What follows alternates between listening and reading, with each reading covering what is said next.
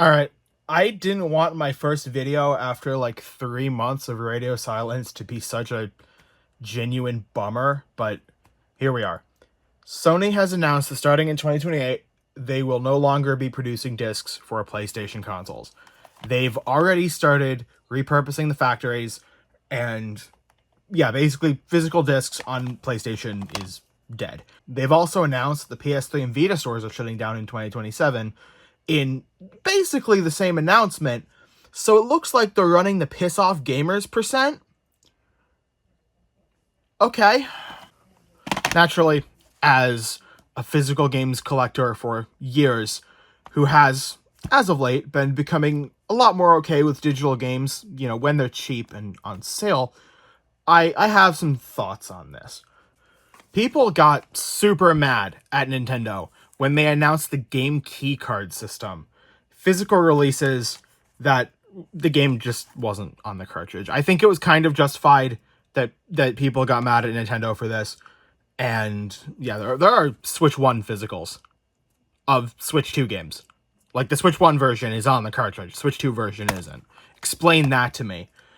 And I've kind of stopped caring, but that's another show. The Cliff's Notes on my take is that Sony and Microsoft kind of been doing the same thing for a very long time, especially Microsoft.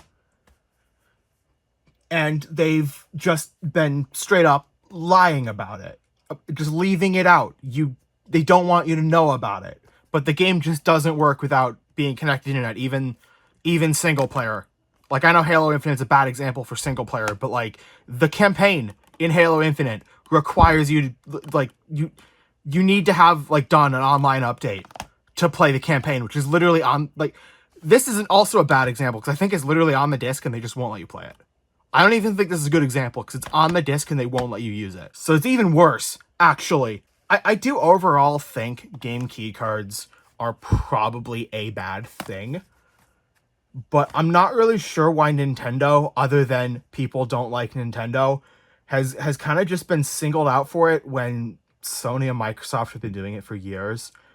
And Nintendo were kind of just being upfront, like, hey, don't buy this. I bring up game key cards because I kind of feel like absolutely no physical games is a bad thing for reasons that a lot of people probably don't realize. I noticed when I was in the Switch collecting community that most of the people there were motivated to collect games for some weird crusade of legal game preservation. Like, they were collecting because they felt like they were a Library of Congress for games, like a personal Library of Congress. And I kind of just thought that was weird.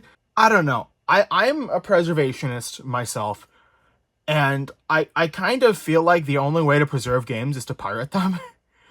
And, like, I'm not being nihilistic. I'm just saying, like, the way copyright law is, and the way physical discs rot, modern Switch cartridges are made with flash chips that die. 3DS games are already starting to have that happen. I just kind of feel like it's a misguided reason to collect games. And I'm not judging anyone for it. I just kind of don't do it myself. That's not why I collect. I find enjoyment in owning games, even like really shitty ones sometimes.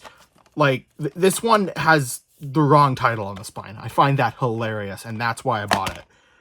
But I don't know. I'm not judging anyone, but like I don't feel like I'm doing this to preserve history. And I feel like deluding yourself into thinking that's the only reason to collect games. That's dumb. Just collect games because you like playing games, right? Like Night in the Woods, one of my favorite games ever. I bought it from Limited Run. Forever physical my ass. I just wanted Night in the Woods. I just wanted a copy of Night in the Woods on disc. So I bought a copy of Night in the Woods on disc, And anyway, that tangent aside, I kind of feel like the big reason that I see for no physical games to be a bad thing, the most tangible reason other than, collecting games, is prices. let's ignore like limited run games. Like this is like a $70 game last I checked. But let's ignore like limited run games or the occasional like out of print gem that just goes way up in price. Physical games are usually just way cheaper, like used, and they usually go, and outside of Nintendo, they usually go down in price far faster.